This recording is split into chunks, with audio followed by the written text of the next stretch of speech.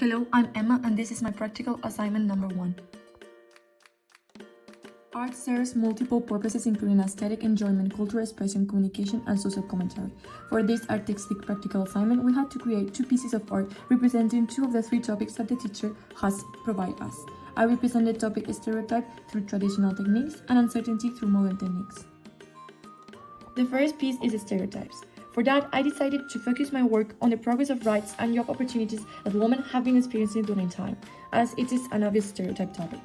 Nowadays, we continue to listen to those comments where people say, "How weird seeing a woman piloting a plane," or "I didn't expect a woman to be in the police department, the job best suited to men." So all the incubation and inspiration process came into my mind when I dug into information of early ages and found out female characters relevant to society, such as the Virgin Mary, the Venus, or Elizabeth I of England, that they were used to illustrate to women how they should behave, dress, or gesture, meaning a stereotype. These are all the materials that I used to represent this artistic creation. I thought that the best technique to represent a stereotype was plasticine. Plasticine is a brand of modeling clay. There are many kinds of clay. Some are water-based and they will dry out if left uncovered. Others are meant to be baked into permanent shape. The artwork of this workpiece is made with a plasticine type of modeling clay that is oil-based, squeezable, and not hardening. Here are some inspirational artists that helped me represent my final creation. One is Edgar Alvarez, that used plasticine to make a project to reduce xenophobia in the world. And the other is Victor Cho, that makes lots of different sculptures with plasticine because he wants to innovate in artistic creation. Now it's time to see the process of making this piece of art. First, we have to draw a sketch of what we are going to do, and then we have to prepare the base of the figures and its scenario. Then the second step is to start doing the heads of the figures and also the body shapes. Then we have to make the process with some different details on the figures and in different types of colors.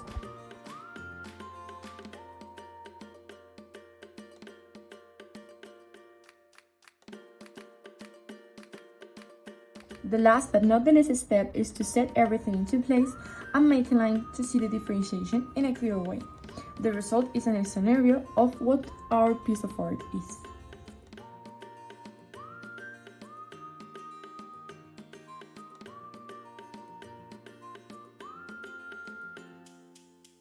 To conclude, although I find it really hard to find and finish the details of the 3D plasticine figures, I think it was worth it because it's a really good technique to work with child, as it provides them with great motor skills and creativity. I chose uncertainty as the concept because I think it was the most inspirational and emotional for me, so I can convey my feelings to whoever sees my art creation. The reason of choosing graffiti as the model technique was because I have never done it and I have always wanted to try. Moreover, I did as the stereotypes and Googled for information about what uncertainty was on the internet and what was the most useful graffiti technique. I found out really inspirational examples of uncertainty and I have a clear image of what I was going to do. It has a story, the stars and what they make us feel when someone in our surrounding dies, bringing us to light with this creation concepts like hope, faith, and fear. The material I needed to do this creation was a big carton box, a graffiti sprays, a pair of gloves, and a sheet of papers. These are some of the inspirational artists that helps me with this second piece of work. The first one is from Mansky, and the second one is from Cage.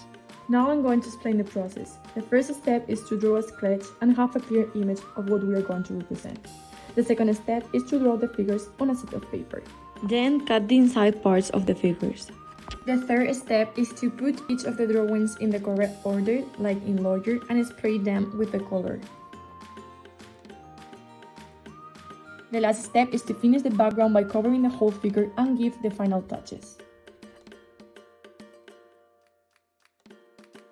As a conclusion to this graffiti piece, I have to say that it was my first time using graffiti, so I failed several times when doing the practice. I have to repeat it twice, the process, but then I was learning when I was doing it and I was improving little by little the technique. As a final conclusion and reflection, what I learned and I'm going to advise a future teacher is the different artistic techniques that can foment a child's creativity, how art is surrounding us and its evolution around the world. A good artistic project will reflect with art their surroundings and then see different perspectives. As a self-assessment, if I have to improve something, maybe practice more in order to obtain better results in shape with plasticine and spray with graffiti. But as far as I'm concerned, this practice wasn't easy, so I'm grateful of my final result.